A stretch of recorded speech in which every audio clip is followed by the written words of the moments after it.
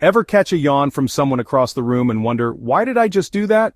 Scientists believe it's all about empathy. When you see someone yawn, your brain's mirror neurons get all fired up.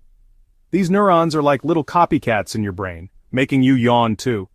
It's a way our bodies sync up with others, forming a kind of social bond. Crazy, right?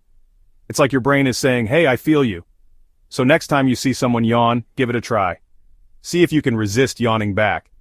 Bet you can't. Follow for more fun facts.